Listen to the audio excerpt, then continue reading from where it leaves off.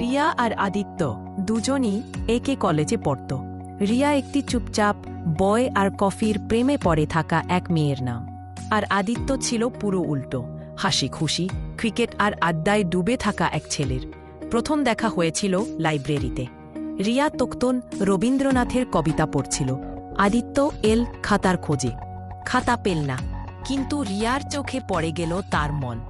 এরপর থেকে প্রতিদিনই কোনো না কোনো অজুহাতে লাইব্রেরিতে আসত।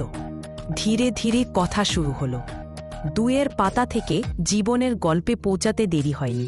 রিয়া খেয়াল করল এই ছেলেটা বাইরে যথাও হইচই করে, ভিতরে ততটাই নরম।